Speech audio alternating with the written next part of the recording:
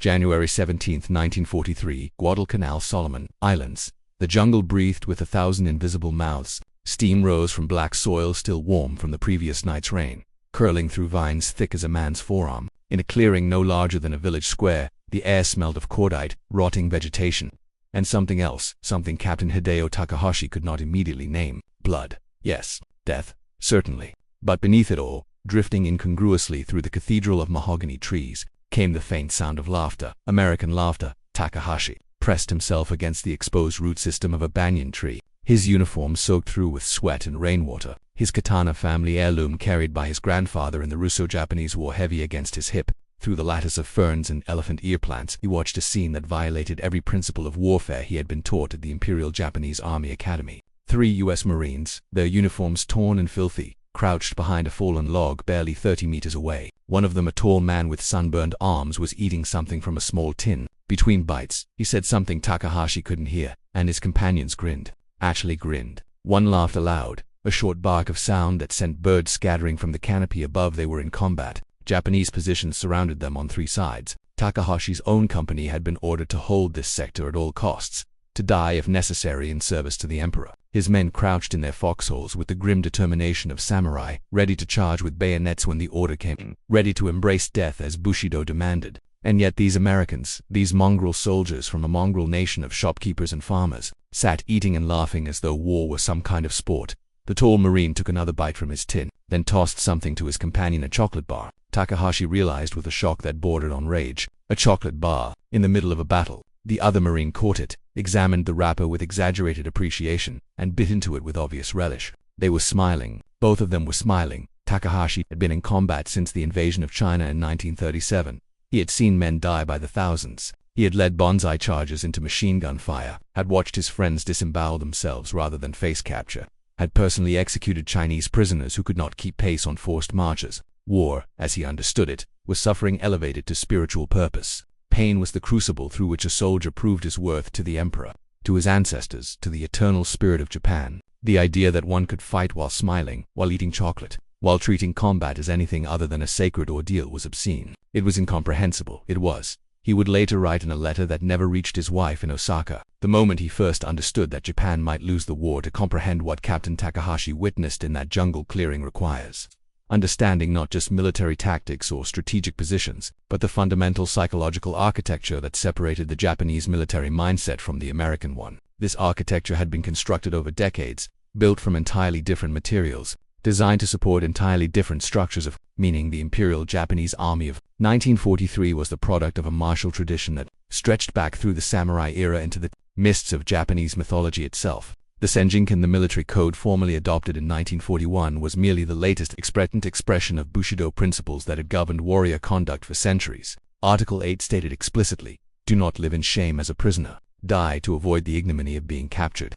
This was not hyperbole or motivational rhetoric. It was literal instruction, enforced through a culture so totalizing that surrender was considered worse than death, not just for the individual soldier, but for his entire family, who would bear the shame of his cowardice for generations. From the moment a Japanese recruit entered military service, he was systematically stripped of individual identity and rebuilt as a component of the emperor's will. Training was designed not merely to teach military skills but to eradicate the self. Recruits were beaten regularly, not as punishment for specific infractions, but as a matter of routine, to teach them that their bodies belonged to the emperor, not to themselves. They were fed barely enough to sustain life. They were forbidden from complaining, from expressing doubt, from showing weakness of any kind. Senior soldiers would line up junior recruits and strike them across the face, one after another, while officers looked on approvingly. Those who wept were beaten more severely. Those who showed anger were beaten more severely. The only acceptable response was stoic silence, the face a mask, the self obliterated.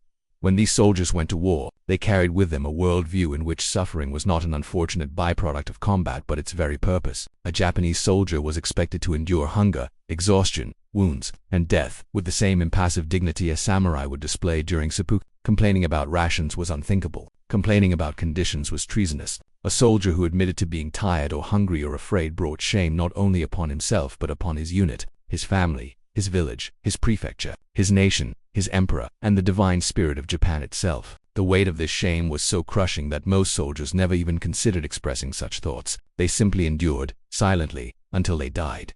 Food was perhaps the most visible symbol of this philosophy. Japanese soldiers in the Pacific Theater were chronically, desperately malnourished. The IJA logistics system, never robust even at the war's beginning, had collapsed by 1943. Soldiers were expected to live off the land, a euphemism that meant slowly starving, while occasionally supplementing meager rice rations with whatever could be foraged from the jungle. On Guadalcanal, Japanese troops received an average of 800 calories per day, sometimes less. They ate grass, they ate tree bark, they ate insects. In some documented cases, they resorted to cannibalism, consuming the flesh of enemy dead or, in the war's final months, their own fallen comrades. And through it all, they were expected to maintain the fiction that this suffering was noble, that hunger sharpened the warrior spirit, that deprivation brought one closer to purity of purpose. Complaining about food was considered weak, effeminate, unworthy of a soldier of the emperor. When a Japanese soldier's stomach cramped with hunger, when his vision blurred from malnutrition, when his body began consuming its own muscle tissue to survive, he was trained to view this not as a failure of logistics but as an opportunity to demonstrate spiritual superiority over physical need. The Americans these Japanese soldiers faced came from a different universe entirely. Private First Class Daniel McCaffrey grew up in Pittsburgh, Pennsylvania, the son of a steelworker who'd been unemployed for 3 years during the Depression. Don remembered those years vividly: the meatless dinners, the shoes with cardboard inserts covering holes in the soles, the shame of needing charity. When he enlisted in 1941, a week after Pearl Harbor, he did so partly from patriotism and partly from the practical knowledge that the military offered 3 meals a day in steady pay. The patriotism was real, so was the hunger. What Dan discovered in boot camp astonished him. The Marine Corps didn't just feed its recruits adequately, it fed them lavishly. Breakfasts meant eggs, bacon, pancakes, milk, coffee, fruit. Lunch brought meat, vegetables, bread, dessert. Dinner was another full meal. Between meals there were canteens where you could buy candy bars, soda, cigarettes. Dan gained 15 pounds in his first 2 months of training, all of it muscle. He'd never been so fit, so healthy, so well fed in his entire life. Even more surprising was the culture around food. Drill instructors screamed about everything: posture, performance, attitude, but they never ever suggested that wanting food was somehow shameful.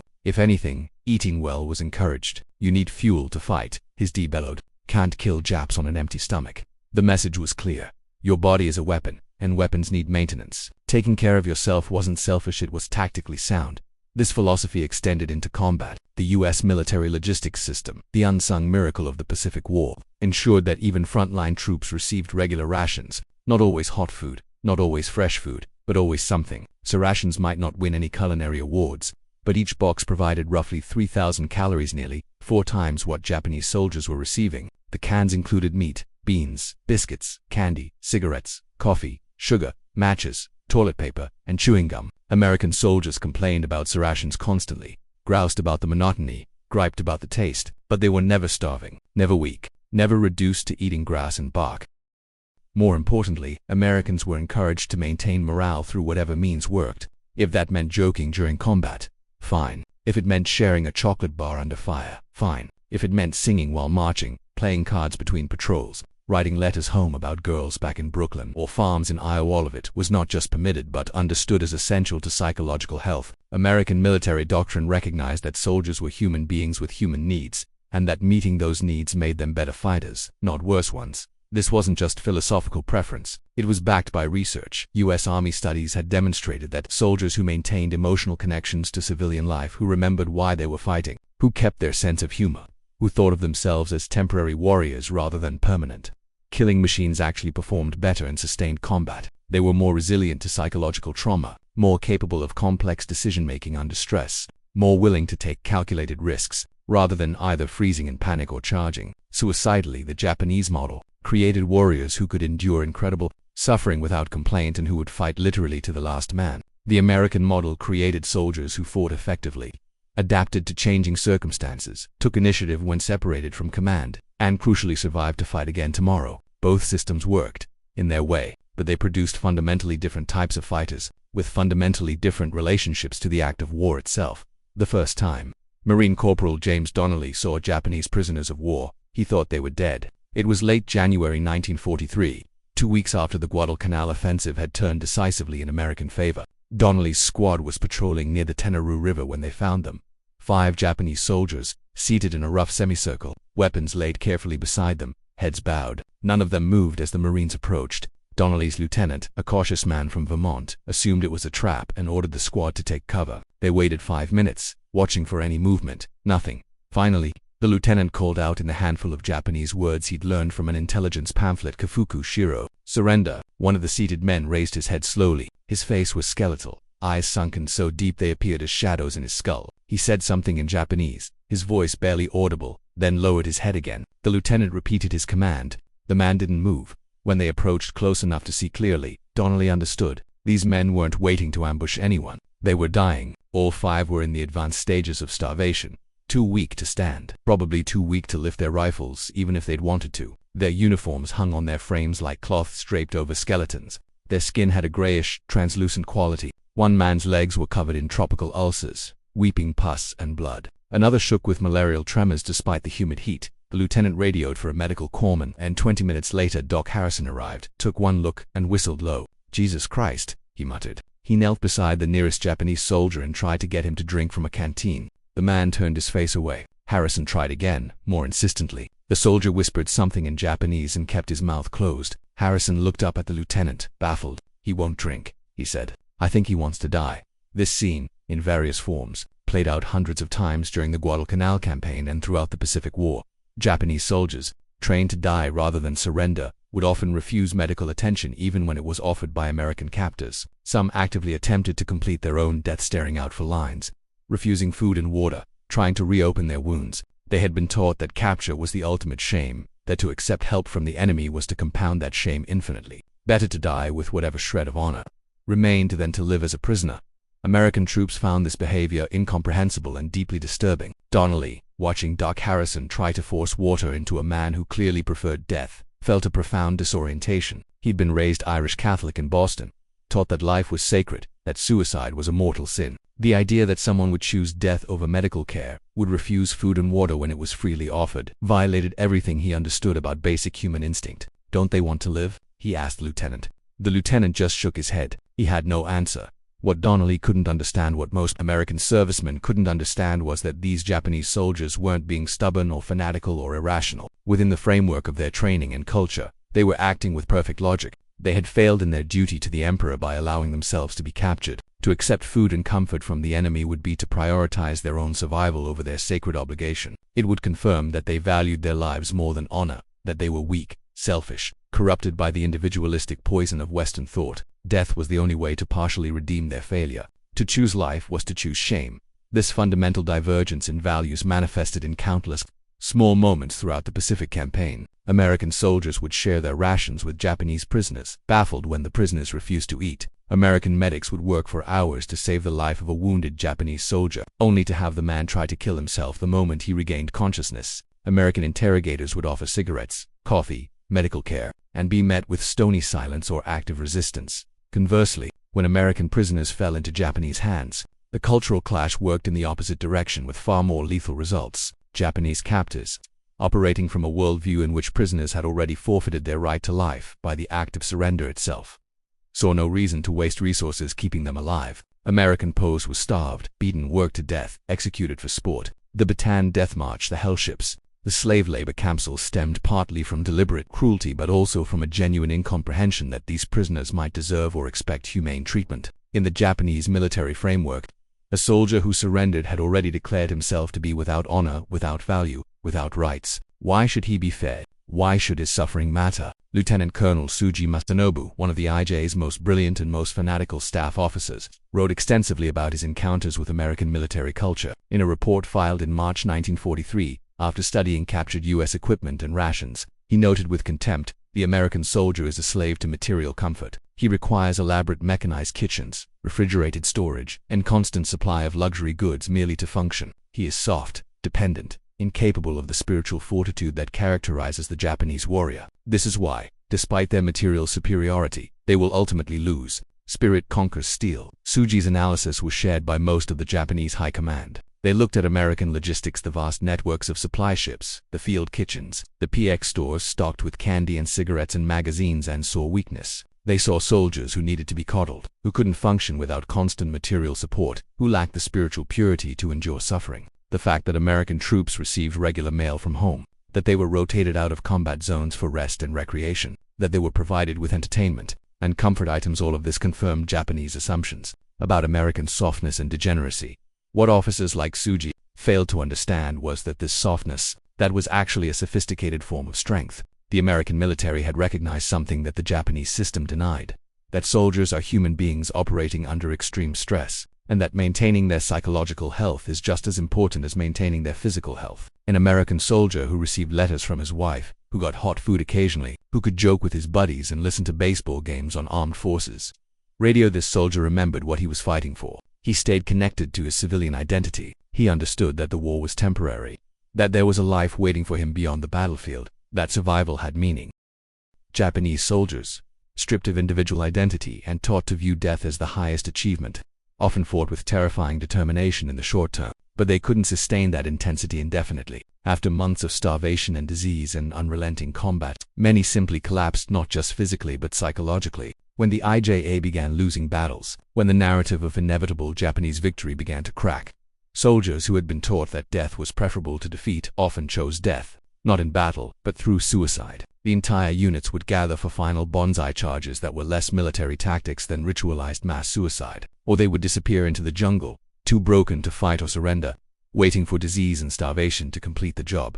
American soldiers, by contrast, knew they were allowed to want to live. They knew that surviving wasn't shameful, that going home to their families was something to fight for, not something to be ashamed of. This didn't make them cowards or weaklings. It made them resilient. It meant that even after months of brutal combat, even after watching friends die, even after being wounded themselves, they could still function as effective soldiers. They could endure precisely because they maintained their humanity, their connections, their reasons for living. The chocolate bar, that small, humble rectangle of sweetness, became, in its way, one of the most psychologically devastating weapons in the American arsenal. Though no one intended it as such, Japanese soldiers captured during the island campaigns often spoke in interrogations about American rations with a mixture of disbelief and despair. One sergeant, captured on Saipan in 1944, described watching through binoculars as American Marines ate their lunch during a break in fighting. He'd seen them open cans with mechanical openers, extract what appeared to be meat and fruit, eat casually while sitting in the shade of their vehicles. One Marine had lit a cigarette, taken a few drags, then casually tossed it away half-smoked.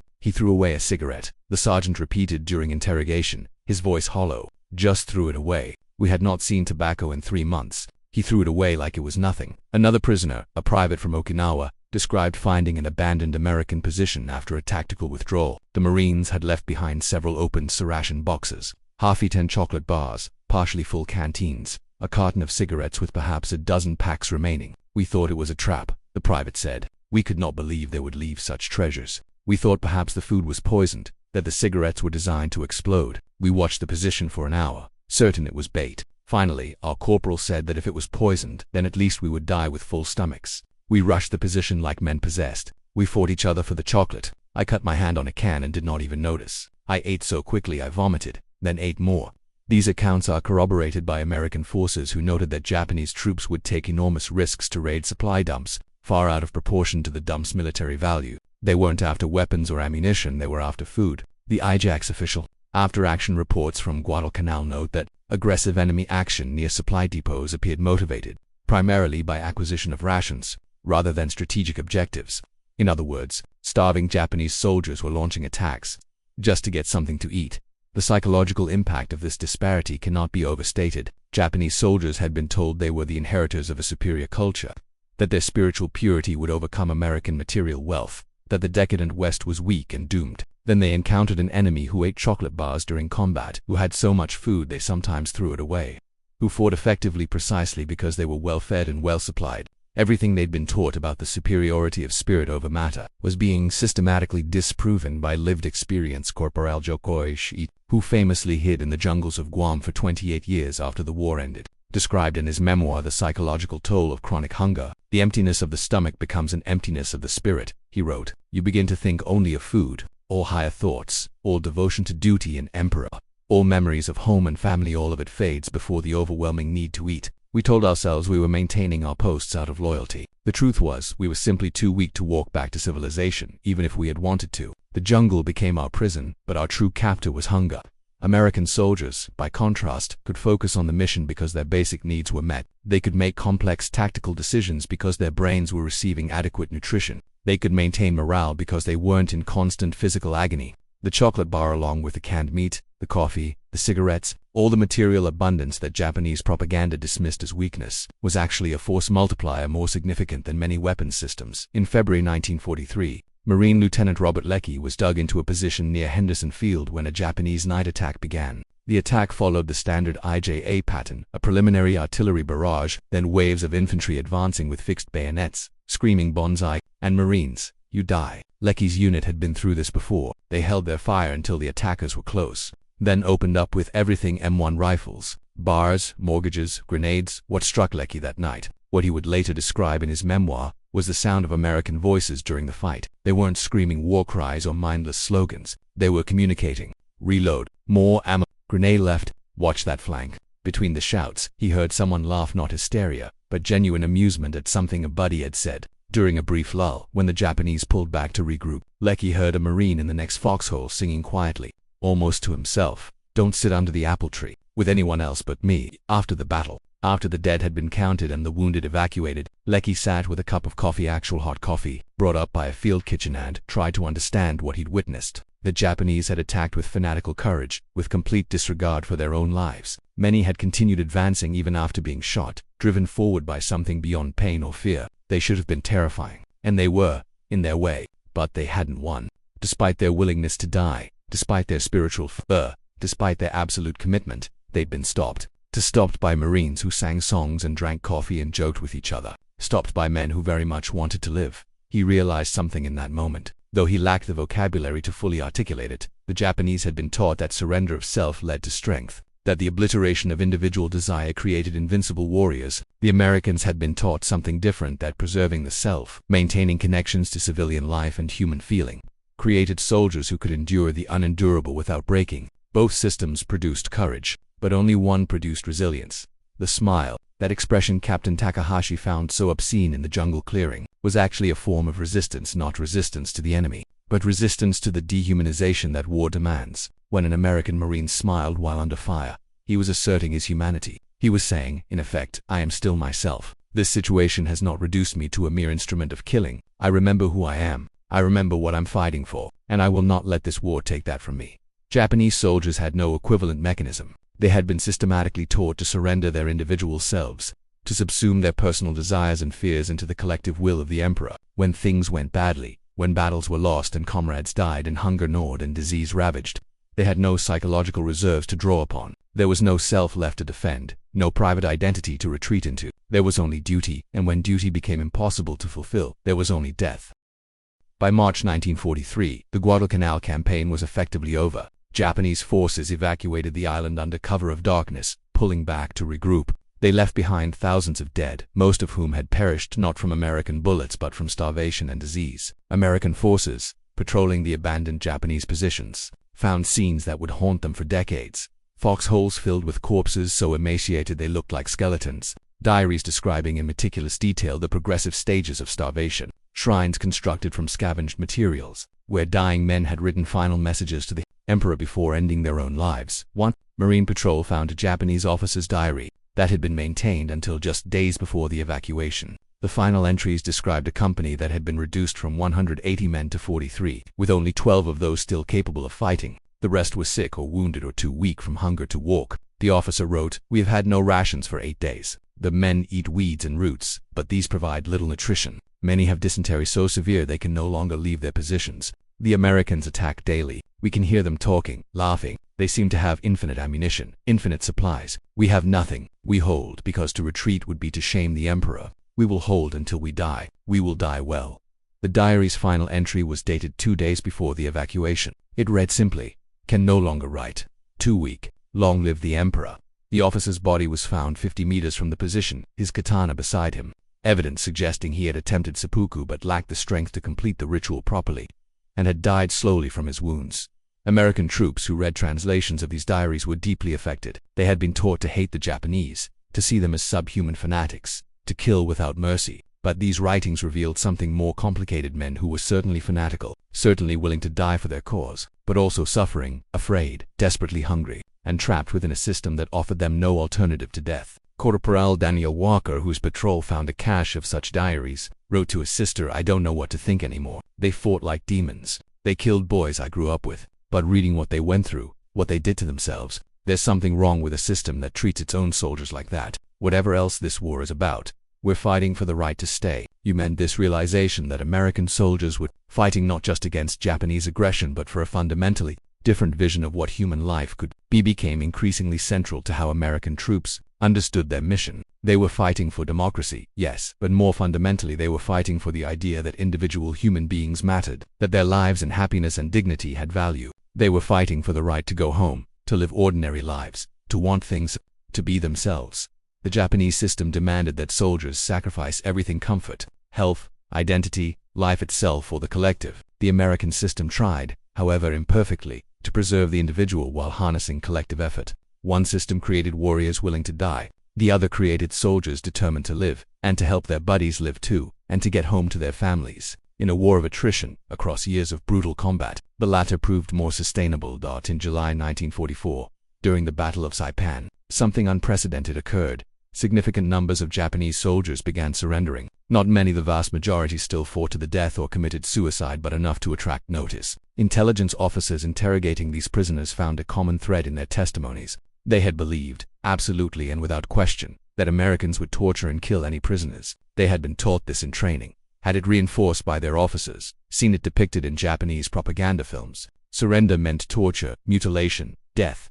Then they had seen American medics treating wounded prisoners. They had seen Japanese posts being given food, water, cigarettes, medical care. Some had been captured, wounded, and expected to be executed. Instead, they were treated in the same field hospitals as American casualties, receiving the same standard of care. The cognitive dissonance was overwhelming. Everything they had been taught about American barbarism was being contradicted by direct experience. One sergeant, captured after being wounded in both legs, described his capture. "I waited for the bullet. I had been told Americans shot prisoners. The Marine who found me looked very young, maybe 19. He called for a medic. He gave me water from his canteen. He shared a cigarette with me. When the medic came, they gave me morphine for the pain. They carried me back to their lines on a stretcher. They operated on my legs. They saved my life." I did not understand. I still do not fully understand. Why would they save the life of an enemy? The answer, which American medics would have found obvious but which baffled Japanese prisoners, was simple: because he was a human being in pain, and they had the means to help him. The Hippocratic Oath didn't include exceptions for enemy combatants. American military doctrine held that medical personnel should treat anyone who needed treatment, regardless of uniform. This wasn't altruism exactly, it was a logical extension of the same worldview that provided chocolate bars and mail service and kept troops connected to their civilian identities. Human life had intrinsic value. Suffering should be alleviated when possible. These principles didn't switch off just because someone was wearing an enemy uniform. For Japanese prisoners, this experience was psychologically shattering. They had been raised in a system where one's value was entirely contingent on fulfilling one's role. A soldier who failed his duty had no value. A prisoner had negative value. He was a source of shame that contaminated everything he touched. The idea that they could be worthless in their own society's eyes and yet still be treated as valuable by their enemies created a kind of philosophical vertigo. Some prisoners converted to Christianity, seeing in American behavior a reflection of Christian teaching about the inherent worth of human souls. Others simply couldn't process it and retreated into silence. Broken by contradictions they lacked the framework to resolve. Petty Officer Sakamaki Kazuo, one of the first Japanese prisoners taken during the war, struggled for years with his capture. He had been part of the midget submarine attack on Pearl Harbor. His submarine had mechanical failures and grounded on a reef. Rather than be captured, he attempted suicide but failed. The gun misfired. He swam toward shore, intending to drown himself, but was pulled from the water by American soldiers. His shame was so profound that he refused to speak for weeks, refused to eat, turned his face to the wall of his cell and waited for death that wouldn't come. American interrogators, trained in the pre-war model of soldierly honor that presumed all warriors respected courage in their enemies, treated Sakamaki well. They gave him books, food, eventually cigarettes and newspapers. They didn't torture him. They didn't even pressure him particularly hard for information. Perhaps understanding that he'd been a junior officer in a failed operation and knew little of value. Slowly over months Sakamaki began to speak. He described his training, his beliefs, his certainty that he would die in service to the emperor. He described his shame at surviving, his conviction that his family would be disgraced, his wish that the Americans had simply shot him when they pulled him from the water. His interrogator, a Navy lieutenant who'd been a psychology professor in civilian life, tried to explain the American perspective. "We don't believe your life belongs to your emperor," the lieutenant said through an interpreter. "We believe your life belongs to you. You fought for your country. You were defeated. That doesn't make you worthless. It just makes you a soldier who lost a battle. Sakamaki's response, recorded in the interrogation transcript, was, "You cannot understand. In your country, perhaps life belongs to the individual. In Japan, we are born owing a debt we can never repay. Our lives are not ours to keep. They belong to our parents, our emperor, our ancestors, the nation. To survive when one should have died is to steal something that was never yours. I have stolen my life. I am a thief." The lieutenant had no answer to this. How do you argue someone into valuing their own existence when their entire cultural framework defines individual survival as shameful? The Gulf wasn't political or even philosophical, it was existential. As the war progressed and the Pacific Islands fell one by one to American forces, the pattern repeated endlessly. Japanese defenders fought with fanatical determination, suffered appalling casualties, and either died in place or retreated to fight again. American forces attacked with overwhelming firepower, carefully managed logistics, and tactical flexibility that preserved their troops whenever possible. The kill ratios were staggeringly lopsided, often 10 or 20 Japanese dead for every American killed. American wounded who received prompt medical care had survival rates exceeding 90%. Japanese wounded who couldn't immediately return to duty often committed suicide or were killed by their own officers to prevent them from becoming burdens. By 1945, even die-hard Japanese militarists recognized the pattern. They could win individual battles through sheer willingness to die, but they couldn't win campaigns, couldn't sustain operations, couldn't replace lost troops or supplies. American industrial production, American logistics, American resources were part of the equation, but so was something less tangible: American resilience, the ability to absorb losses and keep fighting, the psychological reserves that came from being allowed to remain human. When the war ended, when Japanese soldiers in isolated garrisons across the Pacific learned that the emperor had surrendered, many committed suicide rather than accept defeat, but many others didn't. Many emerged from caves and jungles, emaciated and sick and broken, and surrendered to Allied forces. They were given food, medical care, and eventually repatriated to Japan. For some, this experience of being treated humanely by their enemies became the foundation for Japan's post-war cultural transformation. The submarine officer who had wished for death, returned to Japan in 1946. He spent the next 50 years of his life working for Toyota, raising a family, and advocating for peace. In his memoirs, published in the 1990s, he wrote, "I believed that to die for the emperor was the highest achievement. I learned, slowly and painfully, that to live for something beyond oneself, for family, for community, for peace is more difficult and more meaningful. The Americans taught me this, though they did not mean to. They taught me by feeding me when I expected death, by treating my wounds when I expected torture, by insisting on my value as a human being when I had been taught I had none. I still honor my emperor, but I no longer believe my life belongs to him alone." The American soldiers who fought in the Pacific returned home to parades and gratitude and then, more often than not, silence about what they'd experienced. They had seen horrors, bodies stacked like cordwood, men burned alive by flamethrowers, the suicide charges and the booby traps, and the casual cruelty that war breeds in even the most humane armies. But they had also seen something else, something that many struggle to articulate. They had seen what happens when soldiers are allowed to remain human, when they're fed adequately, rested when possible, given mail from home and coffee and chocolate bars, when they're encouraged to maintain their identities, their humor, their connections to civilian life, when their lives are treated as valuable, as worth preserving, as belonging to themselves and their families rather than to the state. They had seen that this softness, this supposedly weak and decadent approach to war, actually worked. It created effective soldiers who could endure years of combat without losing themselves entirely. Many veterans kept the chocolate bar wrappers from their rations tucked into wallets or saved in boxes, not as souvenirs, exactly, but as reminders. Reminders that in the midst of mechanized slaughter, small moments of sweetness and humanity persisted, that even in war, even under conditions designed to reduce men to killing machines, it was possible to eat chocolate and smile and remember what you were fighting for. Captain Hideo Takahashi survived the war, evacuated from Guadalcanal before the final collapse. He fought on Saipan, then Iwo Jima. He was wounded 3 times, saw his company reduced from 180 men to 17, and was finally captured in March 1945 after the fall of Iwo Jima. By then, he was too weak to walk, ravaged by shrapnel wounds and malaria and months of near starvation. American medics treated his wounds, fed him intravenously, slowly brought him back from the edge of death. He returned to Japan in 1946, to a country destroyed and occupied by the enemy he'd spent years trying to kill. His family home in Osaka had been incinerated and firebombed. His wife had died in the raid. His parents had survived, but barely, living in a shelter constructed from rubble. Takahashi found work as a clerk, struggled with tuberculosis and residual malaria, and tried to build some kind of life in the ruins.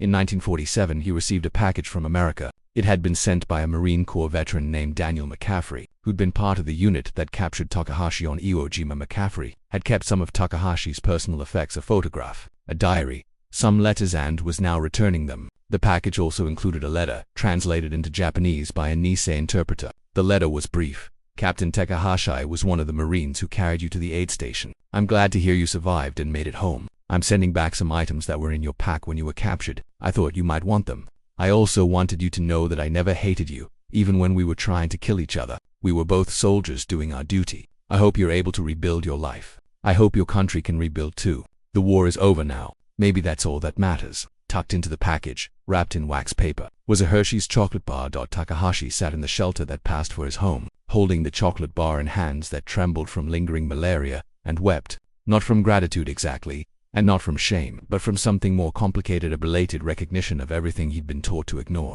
That his enemies had been human beings with families and fears and hopes, just as he was. That his suffering had not made him stronger or purer, but had simply damaged him. That survival was not shameful but precious. That there were other ways to be a man, other ways to serve one's country, other values worth honoring besides the willingness to die.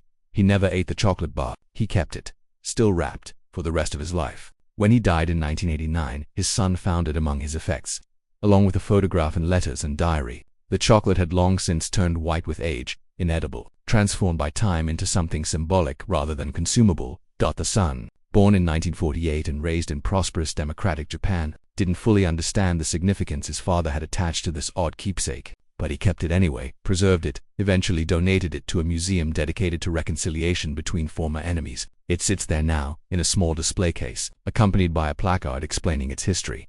Visitors to the museum often pause at this display. Some are veterans, American and Japanese both, old men with canes and fading memories. Some are students, young people who know the war only as history, struggling to understand what their grandparents' generation endured and inflicted. They look at the chocolate bar cracked and white and brittle and try to comprehend its meaning. That is an artifact of abundance from a nation wealthy enough to supply its frontline troops with candy. It is a symbol of an ideology that valued individual life and happiness, that believed soldiers were human beings deserving of comfort and dignity. It is evidence of generosity extended across the vast gulf of war, of humanity persisting in circumstances designed to extinguish it. It is a reminder that men who were taught to hate each other, trained to kill each other, could still recognize each other's worth. It is, in the end, just a chocolate bar. But it spoke then, and speaks still, of something worth fighting for, not the willingness to die, but the insistence on living. The Americans, who fought smiling, weren't smiling because war was easy or painless or anything other than hell. They smiled because they understood something their enemies did not, that even in war, especially in war, maintaining your humanity is an act of defiance, that preserving your capacity for joy and humor and connection is not weakness but strength, that remembering what you're fighting for, home, family, freedom, the right to ordinary happiness, is what makes continued fighting possible. Captain Takahashi saw that smile in a jungle clearing in 1943 and recognized it as obscene, a violation of everything war should be. What he couldn't know then, what he would spend decades learning, was that the smile was not obscene. The obscenity was the system that taught him smiling was shameful, that weaponized suffering, that told young men their lives belonged to the state rather than to themselves. The chocolate bar, carefully preserved and passed down through generations, stands now as a small brown monument to a simple truth, that armies which feed their soldiers, that treat them as human beings, that allow them to smile and remember who they are and why they're fighting, these armies do not just fight more effectively, they fight for something worth winning.